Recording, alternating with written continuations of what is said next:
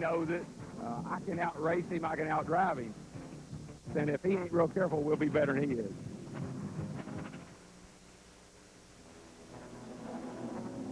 The following is a special presentation of TBS Sports.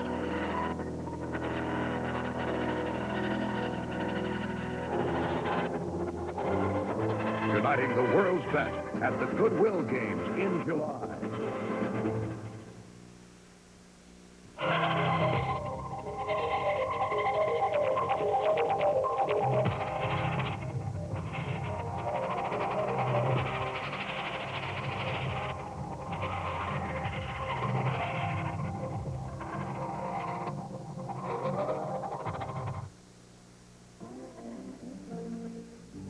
The Coca-Cola 600 is brought to you by the Coca-Cola Company and your local Coca-Cola bottler. Coca-Cola Classic. You can't beat the real thing. And by Ford and your Ford dealer. Have you driven a Ford lately? And by Coors. Coors, the Rocky Mountain Original. And by Turtle Wax, the world's largest selling car wax. And by Haviland Superior Grade Motor Oil. Fights sludge, protects engine. And by Goodyear Tires. Goodyear, because there really is a difference. This is as good as auto racing gets. 1 second separates the front of the 42-car field from the rear. American cars, American drivers, and some good old American idiom. This most posh, impressive facility, easily the best in the country, if not the world, went broke the year it opened. The drivers, they come from 21 states, but most of them live around this place, Charlotte, North Carolina. Nowadays, some are rich and famous and some are not, but they all remember well from whence they came. The cars, they're our cars, what we drive to work, what we drive to play in. Hello, everyone. I'm Ken Squire at the Charlotte Motor Speedway for the 31st running of the Coca-Cola 600. And on this great day, I can't think of any other place I'd rather be or any other group of folks I'd rather be with, and I'm glad you're with us. Also with us is a great driver, two-time winner of this event, a good friend, and a powerful addition to our broadcast team, Neil Bonnet. Thanks, Ken. There's $900,000 on the line today. That's the least thing these drivers are worried about. The one thing they want to do today is win the 600-mile race. It's the longest race on our circuit. These guys put a lot of prestige and honor in winning that event. I was fortunate enough to win it myself, and it's one of the brighter days of my racing career. We're looking for some guys to really be dominant. Earnhardt, Schrader, they showed a lot of strength in the last week or two. These cars are flying. And more on that, we have a guest, a champion racer that knows the X and O's of racing, Lynn St. James. Thanks, Neil. As you know, this 1.5-mile circuit is a handling track. And even though there's only about a 15-horsepower spread between the entire 42-car field, it really means they're carrying more speed into the corners and through the corners, so handling is a premium. The teams that can get a handle on that handling at a racetrack that's known to change every 10 minutes or every time the sun comes out, it's going to really make the difference who's going to be there at the end after 600 miles. Now let's go down to Bob Barsha, who's at the STP Pit Communications Center. Thank you, Lynn, and a big welcome to our TBS Sports team, both to you and to Neil. Hello again, everyone. Here in our Pit Communications Center, just a few feet from the action in the pit lane, we'll be covering the story behind what's going on among those 42 drivers on the racetrack. We'll also be adding a little extra incentive of our own to the big purse that Neil talked about, beginning with our Timex Speed Trap Fastest Lap Award, wherein we will award some of these handy Speed Track handheld speed computers to every member of the team whose driver sets the fastest lap of the race. Now, Charlotte is not only a festival of speed, it is a festival of festivals. Speedway Chairman Bruton Smith and President Humpy Wheeler go to great lengths to ensure that everybody who comes through the turnstile gets a show for their money. For example, where else for the price of a ticket can you get a great auto race plus a sight like this? A young woman, Roberta Lynn, attaching herself to a wire high above a crowd estimated at some 160,000. She then releases herself and reaches speeds up to 45 miles an hour on a slide for life from 10 stories above the grandstand until she comes to a stop safely, we're happy to say, on the infield. Now, I know what you're saying. Bob, what could be more entertaining than that? What else can they do to give me my money's worth here at Charlotte Motor Speedway? Well, rest assured, there is a great deal still coming your way before we get the command to start engines. Among them, a parachute drop, a flyover. And has the Berlin Wall truly been breached? Not until we breach it with a school bus. It's all part of the pre-race activities here at Charlotte Motor Speedway. We're going to take a quick time out and bring you up to date on the activities leading up to the most famous command in all of racing. Gentlemen, start your engines.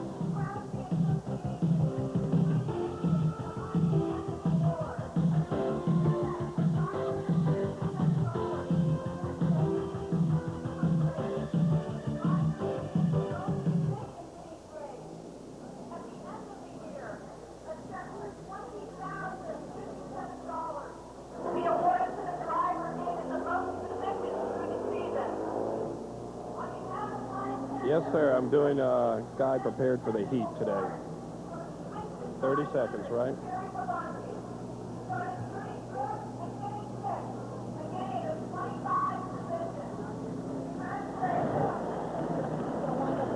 Okay, I'm on next, right? And I'm doing the throw to Mark Pfister. I've got a little copy first.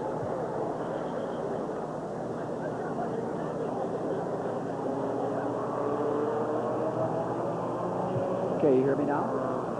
Okay, I've got a little copy, then I throw to Mike Pfister.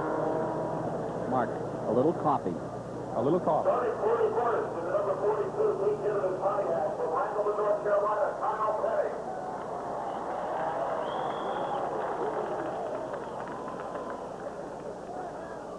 Starting 40th in the number 72 Oldsmobile for Clemens, Michigan, Tracy Leslie.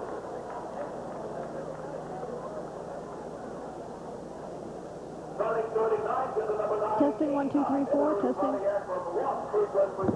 Neil, 1, 2, 3, 4, 5. Neil. Starting 38th in the number 83, Preston All from Jackson, Mississippi, late speed.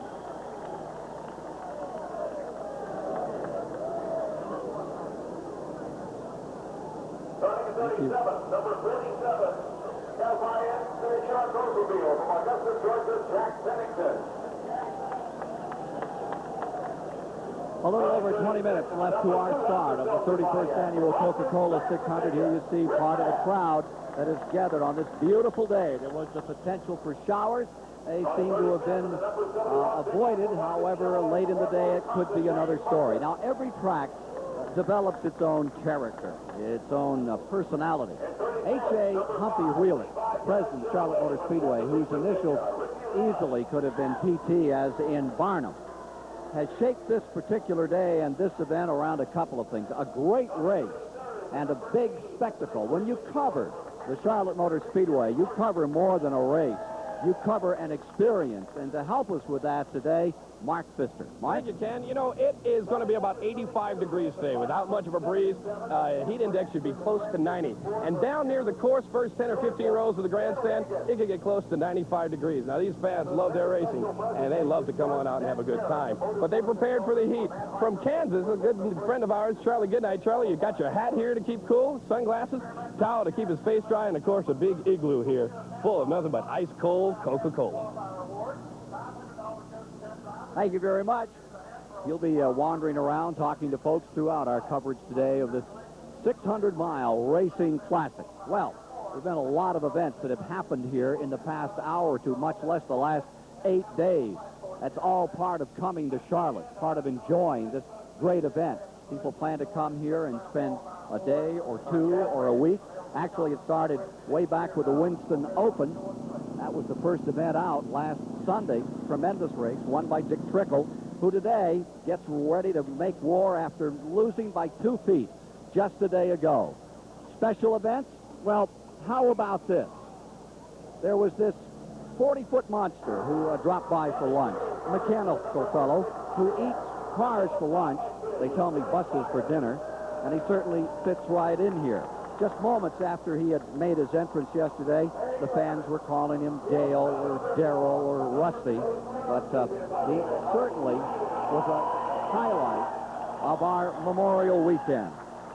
One thing for sure, any city in America could solve the 5 p.m. gridlock with a couple of these around. Second match, ladies and gentlemen, Rock Big Fight. I guess it didn't agree with his digestive tract. This is the 10th race of the 1990 season. It's been a tremendously competitive season right from day one when it commenced in February at Daytona. Let's review for you now how they have competed in the first 9 events of 1990. Bob Barcia has that story. 1990 has been a season of upsets and the unexpected. Back in February, the big question was, could anyone catch Dale Earnhardt at Daytona? Earnhardt was crafty, strong, and his black Chevy had the horses to dominate. But on the final lap, destiny dealt Earnhardt a slap in the face. Our shootout to decide it all. Dale Earnhardt. Here comes Dirk Coke down on the inside. Earnhardt swapping back. Something is amiss. Here comes the field driving for the finish. And on the outside, it is car number 10, Derek Cope. Something amiss on the Earnhardt car. Coming to the line, it's Labonte pulling up, and an amazing finish. The Whitcomb Racing Team has won it. Earnhardt, the dominator, was shell-shocked. We won the Daytona 499, but we lost the Daytona 500. But we rebounded from that and won some races and had some good times so far, so it's looking good. Washington's Derek Cope had scored the biggest upset in Daytona history and his first Winston Cup victory. You always come down here with optimism, but, this is the one that eludes everybody, and Darrell Waltrip did it last year, for the first time in his career, and it is a pleasure to have the Pure Letter Chevrolet aluminum up front and take the win like this. It's a dream come true. The next 2 races were notable for money won and money taken away. At Richmond, Virginia, Mark Martin held off Dale Earnhardt for the victory, then was fined $40,000 for earning it with an illegal engine part. The violation cost the Roush team 46 championship points. 2 weeks later at Rockingham, North Carolina, Kyle Petty won the first pole of his career and went on to take the checkered flag. The Unocal bonus upped Petty's total winnings to $294,000. At Atlanta, Dale Earnhardt overcame his penchant for heartbreaking last-lap finishes. Earnhardt outlasted Morgan Shepherd and persistent stomach cramps for his first victory of the year. At Darlington, South Carolina, Earnhardt made it 2 for 2, so Jeff Bodine and Morgan Shepherd tried to play spoiler. That race will be remembered for a 13-car pileup that left Neil Bonnet in a Florence, South Carolina hospital with amnesia and a head injury that has forced him to withdraw for the season. I've never been concerned with breaking this leg again. The puncher in another lung or getting hurt. But when Dale Earnhardt's pilot flew me home and I stepped off the plane and I didn't know my kids from the people at Hangar 1 in Birmingham, and I walked to the car because I didn't realize that was my children. And my mother and daddy came to visit me and I asked them who that was. Well, that got my attention. After a frustrating early season, Davey Allison hit on the right combination for the high banks of Bristol, Tennessee. He beat Mark Martin by a bumper, the closest finish in years. North Wilkesboro, North Carolina marked the beginning of the Bodine brothers' reign.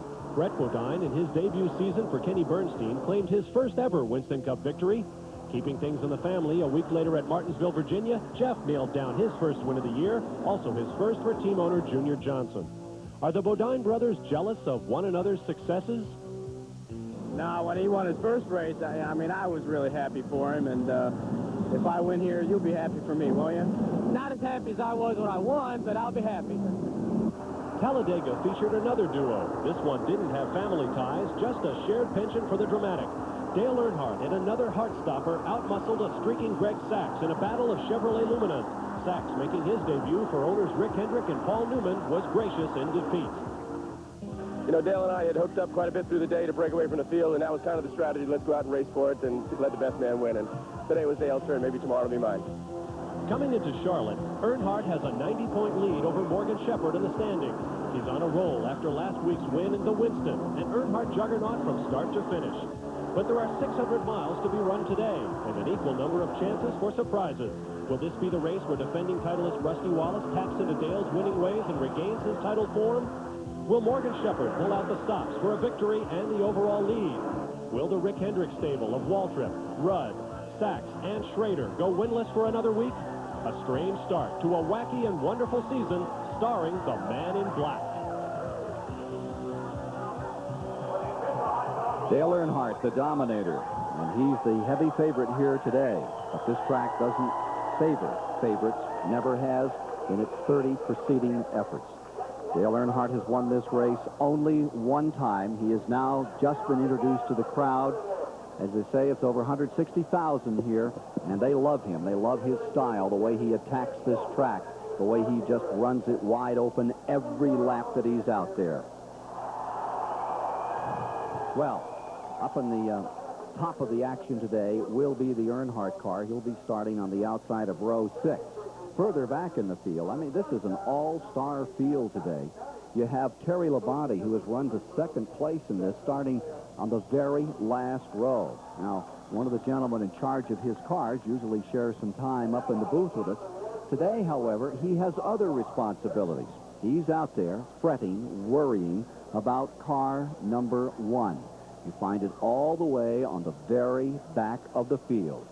Terry Labonte's car number 1. John Hayes is down there with it. John, how does it feel to be dead last in this race? It feels good, Ken. I'm glad you asked me. I'm really happy that our car is starting 42nd. Have Terry Labonte here, who is a proven race car driver, and he had a plan. He's embarrassed to say anything. He's embarrassed to be back here with me on the last row, so I want to make sure we show him on TV. Here's the guy sharing it right with him, Kyle Petty. You remember he's the guy that just kicked everybody at Rockingham. You're looking at one of the richest back rows in America. This Felix Zabatas, who's standing right here with us, spent $5 million of his own money plus all the peak money to get back here. Terry Labonte, I guess there's about $4 million of the Jackson Brothers money in the Magic Market car here, so there's a lot of money to get back here. It's not really easy. To start that far back. I've always heard a good way to make a small fortune in racing is start with a big one. Okay.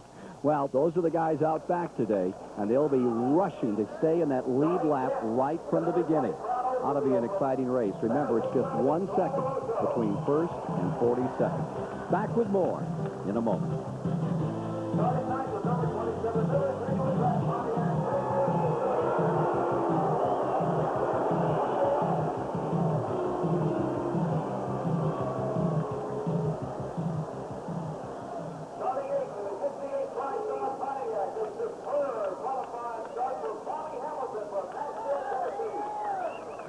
He's on his way over now, Fred. He's walking to the car right now.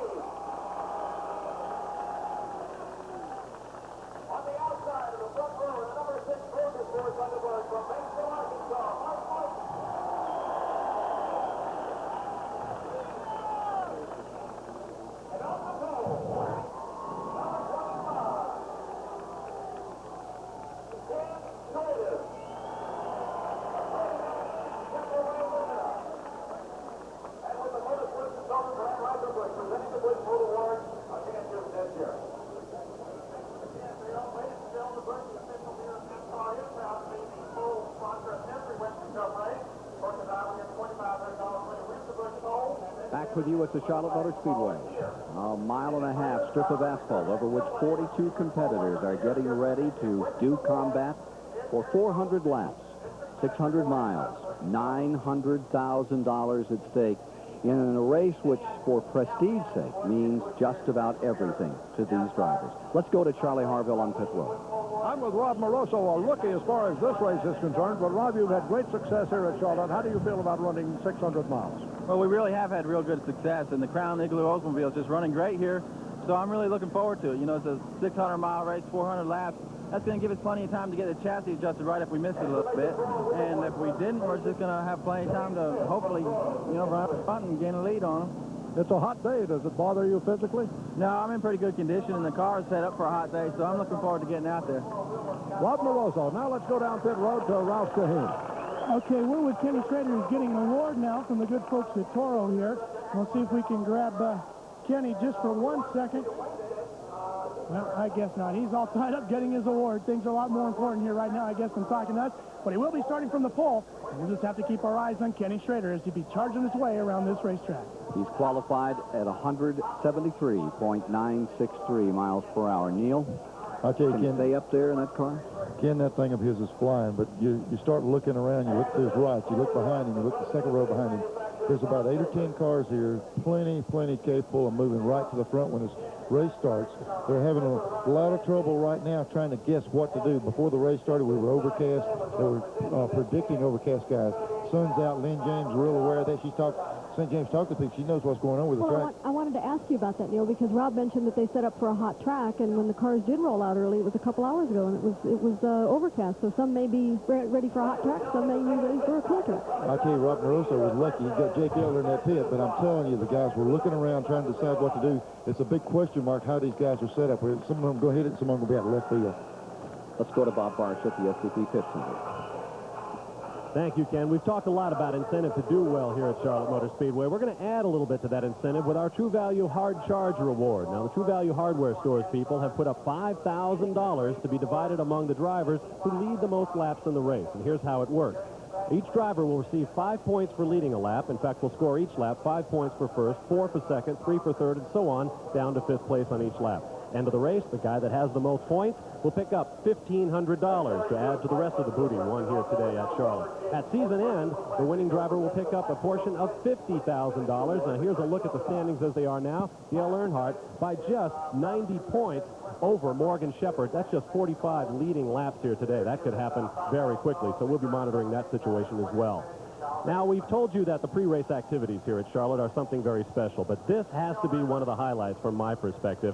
Günther Simon, a German Hollywood stuntman, German-born that is a regular here at Charlotte Motor Speedway. Last year, he drove an ice cream truck and looped it into a pile of cars. This year, he decided it would be a school bus and the Berlin Wall. What could be more appropriate than a German-born stuntman leaping a school bus into a pile of cars? What could be more entertaining than that? And kids, don't try to convince your school bus driver to do this at home. This is a very highly trained individual. It's all a part of the action here, but we're getting very close to the reason we all came, the Coca-Cola 600. Let's get back up topside. Ken?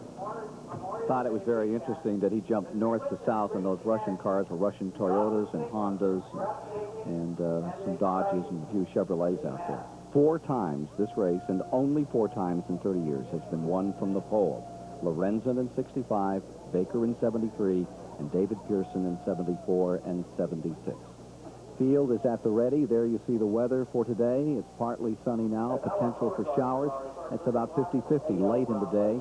79 degrees. It's warmed dramatically over the past hour and a half. Let's go to Charlie Harville. Dale Earnhardt has just gotten buckled into the car, is ready to put on the helmet and go racing. Any special preparation for a 600-mile race, Dale? We've been working for 2 weeks here, Charlie. Yeah, we've been getting ready hard. What is your battle plan, then? How are you going to ride? Well, we just want to be competitive and, you know, be around at the end. That's what it counts here. That's Dale Earnhardt. He's a busy man. He's putting in the earplugs and getting on the helmet and getting ready to go. Back to Ken Squires. Ladies and gentlemen, here on this Memorial Day, our national anthem.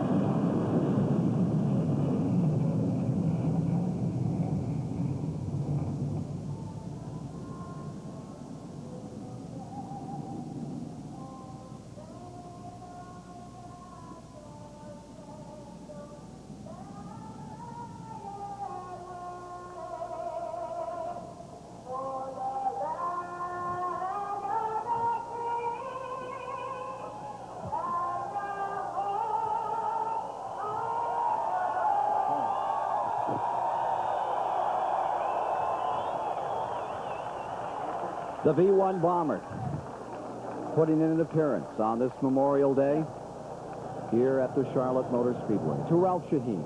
Okay, Ken, a better opportunity to talk to Kenny Schrader. Kenny, some of the folks have been saying that this 600-mile marathon might now be becoming a 600-mile sprint race. Are you going to try and run these guys into the ground this afternoon?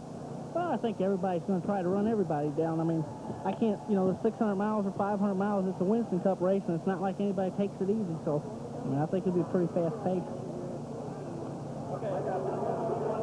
Ken Schrader on the pole, trying to be the 5th man to win from that position.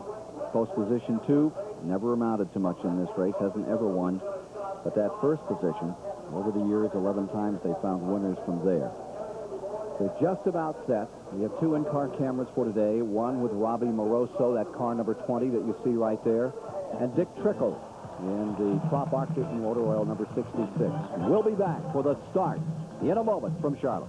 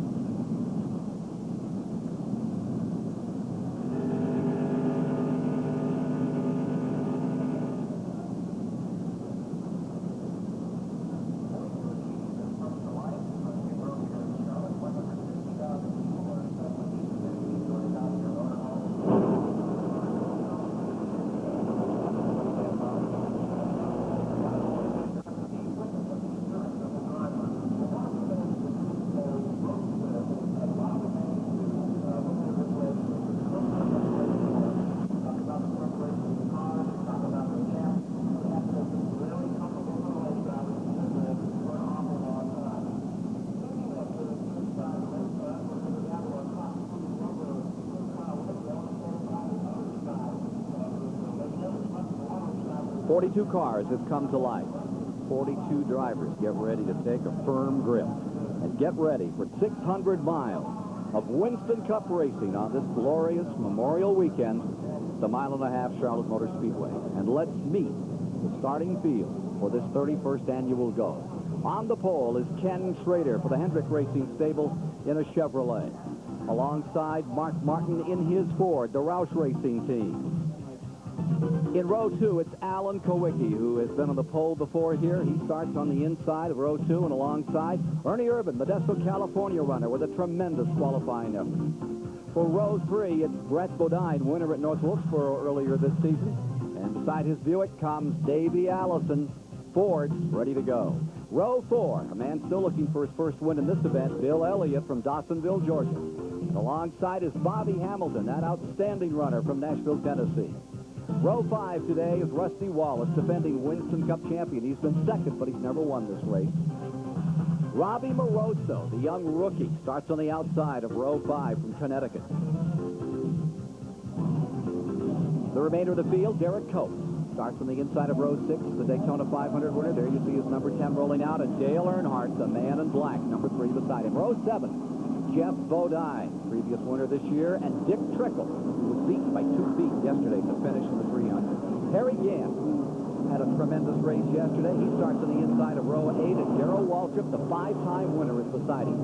Row 9 is Bobby Hillen from Texas, and Butch Miller, Michigan way.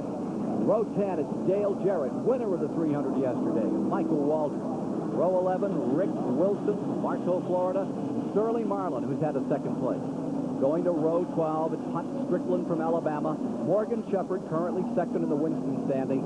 Row 13, the boy out of the great Northwest, the state of Washington, Chad Little, and Mr. Excitement from Pennsylvania, Jimmy Spencer.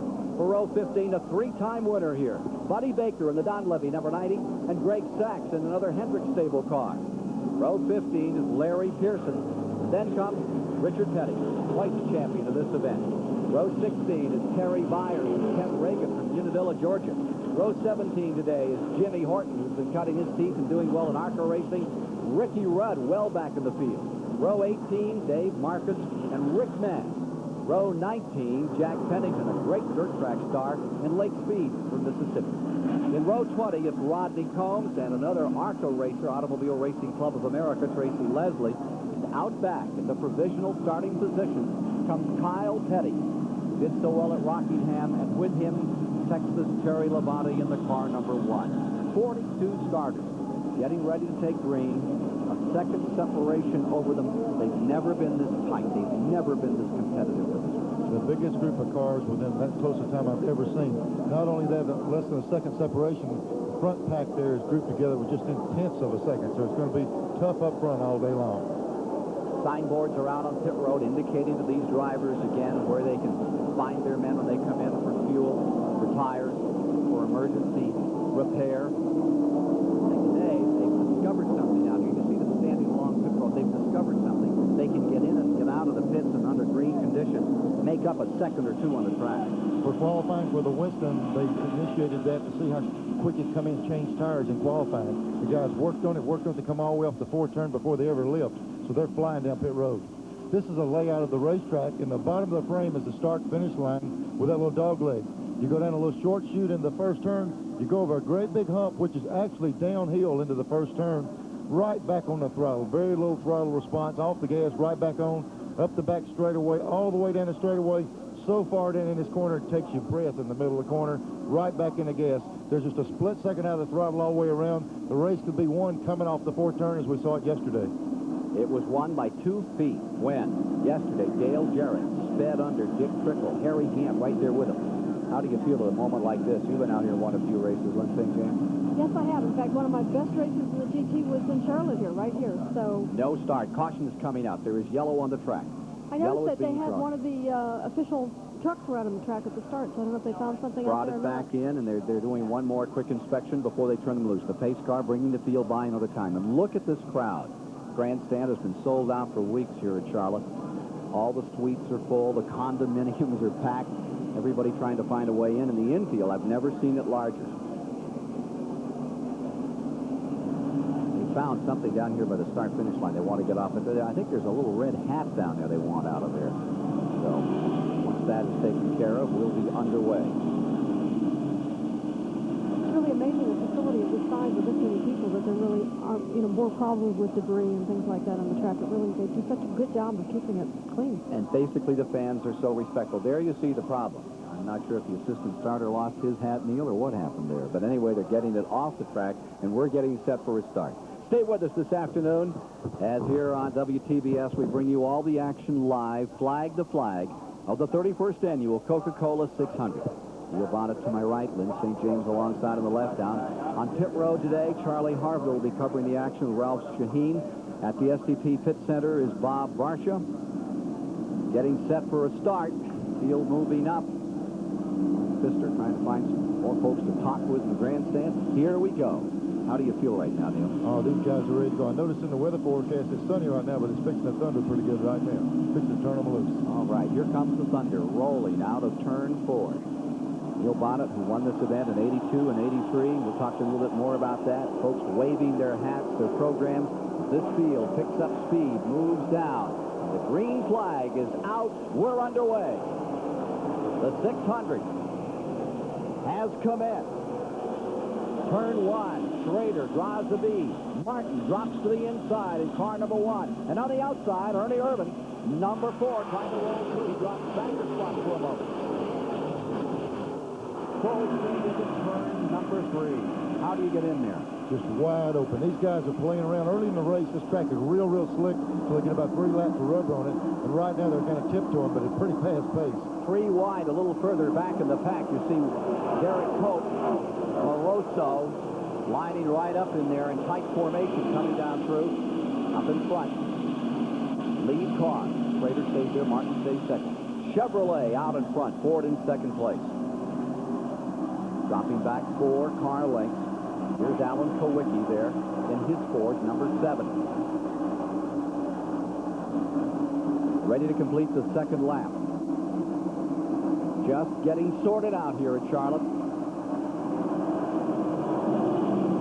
Brent Bodine pulls up into 4th now, number 26. The green Buick car. Only 3 Buicks on the field today.